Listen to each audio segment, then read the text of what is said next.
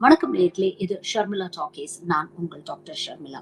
ஒன்றிய பாஜக அரசை சேர்ந்த அமைச்சர்கள் எப்படி வாய் கூசாம பொய் சொல்றாங்க அப்படிங்கிறதுக்கு மேலும் ஒரு உதாரணம் ரயில்வே துறை ஒன்றிய அமைச்சர் அஸ்வினி வைஷ்ணவ்.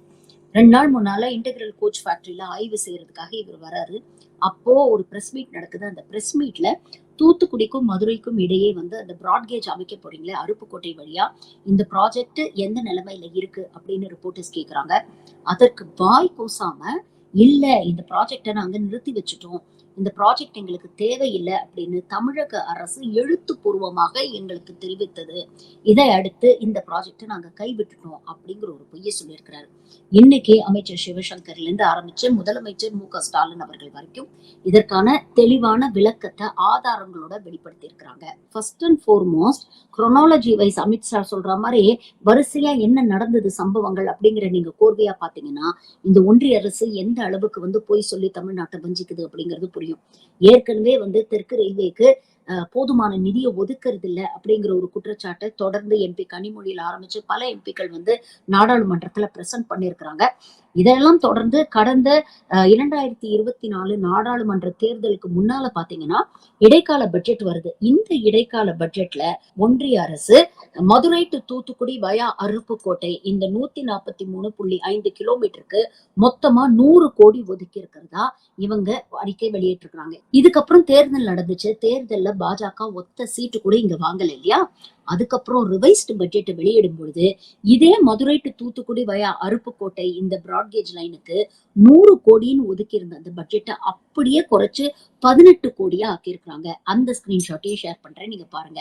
இது மட்டும் இல்லாம தொடர்ந்து இங்கிருந்து மாநில அரசு முதல்வர் அவர்கள் ஒன்றிய அரசுக்கு தொடர்ந்து கடிதம் எழுதியிருக்கிறாரு. முதல் லெட்டரை 19/8/2024 அன்று தமிழ்நாடு முதலமைச்சர் திரு மு.க.ஸ்டாலின் அவர்கள் ஒன்றிய ரயில்வே துறை அமைச்சருக்கு கடிதம் எழுதியிருக்கிறார். அதுல என்ன சொல்லியிருக்கிறாருன்னா, இப்படி தெற்கு ரயில்வே திட்டங்களுக்காக பெரும்பாலும் நிதியை குறைச்சிட்டீங்க, இதுல தமிழ்நாட்டிற்கான அனைத்து திட்டங்களுக்கும் போதுமான அளவுக்கு நிதி நீங்க ஒதுக்கணும் அப்படிங்கிற ஒரு ரிக்வெஸ்ட் வச்சுட்டு என்னெல்லாம் திட்டங்கள் இதுல இருக்கு அப்படிங்கறதையும் மென்ஷன் பண்ணியிருக்கிறாரு. இதுல குறிப்பாக மதுரை தூத்துக்குடி வயா அருப்புக்கோட்டை உட்பட்ட அனைத்து திட்டங்களும் மென்ஷன் பண்ணி அவர் ஒரு லெட்டர் எழுதியிருக்கிறார். இதற்கு ஒன்றிய அரசு கிட்ட இருந்து 3 மாசம் கழிச்சு பதில் வருது. அதாவது 19/12/2024 அன்று பதில் வருகிறது. அந்த கடிதத்துல ஒன்றிய அரசு என்ன மென்ஷன் பண்ணிருக்காங்க அப்படின்னு பாத்தீங்கன்னா, மீனவிட்டானிலிருந்து மேல்மருதூர் வரை 18 கிலோமீட்டர் தூரத்துக்கு பணிகள் முடிவடைந்துள்ளன.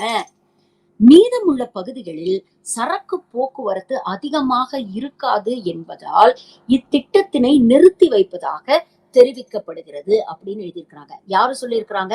நாம எழுத்துப்பூர்வமா நிறுத்திடுங்கன்னு சொல்லல. அவங்க சரக்கு போக்குவரத்து அதிகமா இல்லாததுனால இப்போதைக்கு இந்த திட்டத்தை நாங்க நிறுத்தி வச்சிருக்கிறோம் அப்படின்னு ஒன்றிய அரசு தரப்புல இருந்து சொல்றாங்க. இந்த லெட்டர் பாத்தீங்கன்னா 19/12/2024, அதாவது ஜஸ்ட் ஒரு 20 டேஸ்க்கு முன்னால வந்திருக்கு. இந்த லெட்டர் வந்த அடுத்த நாளே 20/12/2024 திமுக எம்பி திரு வில்சன் அவர்கள் இதே கேள்வியை கேட்டு நாடாளுமன்றத்தை கேள்வி கொடுத்திருக்கிறார் லெட்டர். அந்த லெட்டர்ல தெளிவா கேட்டிருக்கிறாரு, what is the current progress of the Madurai Thoothukudi via Aruppukottai line அப்படின்னு கேட்டிருக்கிறாரு. அந்த லெட்டர்ல கூட என்ன சொல்லியிருக்கிறாங்க அப்படின்னு பாத்தீங்கன்னா, the project has been sanctioned at a cost of 121 crores. 18ல இருந்து எப்படி 121 கோடி ஆச்சு அப்படிங்கிறதுக்கு விளக்கம் எதுவும் இல்லை. ஆனா இங்கேயும் அதே தான் மென்ஷன் பண்ணிருக்காங்க. மீளவிட்டான்ல இருந்து மேல்மருதூர் வரைக்கும் 18 kilometre of the section has been commissioned and கம்ப்ளீட்டட்னு. இது மட்டும் இல்லாம அமைச்சர் சிவசங்கர் விளக்கம் கொடுக்கும்போது சொல்லியிருக்கிறாரு, இந்த பிராட்கேஜ் ரயில்வே லைனுக்காக லேண்ட் அக்விசிஷன்ல நாங்க 2 பாகமா பிரிச்சு அதற்கான முயற்சிகளை எடுத்து அதையும் சக்சஸ்ஃபுல்லாக நாங்க முடிச்சுக்கிட்டு இருக்கோம்.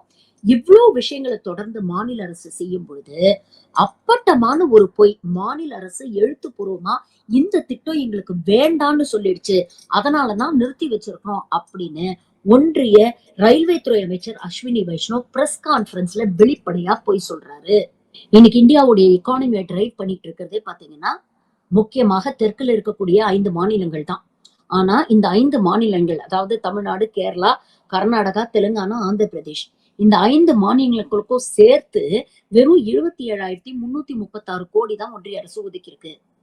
ஆனா பாஜக ஆளக்கூடிய மாநிலங்கள்ல, அதுவும் குறிப்பா பாத்தீங்கன்னா உத்தரப்பிரதேஷ், பீகார், மத்திய பிரதேஷ் போன்ற பின்தங்கிய மாநிலங்களுக்கு எவ்வளவு ஒதுக்கி இருக்காங்க தெரியுமா? 62,024 கோடி. இந்த 5 மாநிலங்களுக்கும் ஒதுக்கிய கோடியை விட கிட்டத்தட்ட 2 மடங்கு பாஜக ஆளக்கூடிய இந்த பின்தங்கிய மாநிலங்களுக்கு ஒதுக்குறாங்க. இதை வஞ்சகம் அப்படின்னு சொல்லாம வேற என்ன வார்த்தையில சொல்றது? இத பத்தி கேள்வி கேட்டா அண்ணாமலைக்கு கோபம் வருது. பிரஸ் மீட்ல என்ன பேசுறாரு? எப்ப பார்த்தாலும் டாக்ஸ் கொடுக்கல, பணம் வரல, மயிறு மட்டைன்னு பேசுறாங்க. நமக்கு நியாயமா வர வேண்டிய பணம், நமக்கு நியாயமா வர வேண்டிய திட்டங்களை பத்தி கேள்வி கேட்டா அது அவருக்கு மயிரா தோணுது. கொஞ்சம் கூட கூச்சமே இல்லாம பிரஸ் மீட்ல ஒரு ஒன்றிய அமைச்சர் பொய் சொல்றாருங்க. இவர் சொன்னது பொய் அப்படிங்கறத நிரூபிக்க இவ்வளவு தரவுகள் இருக்கு.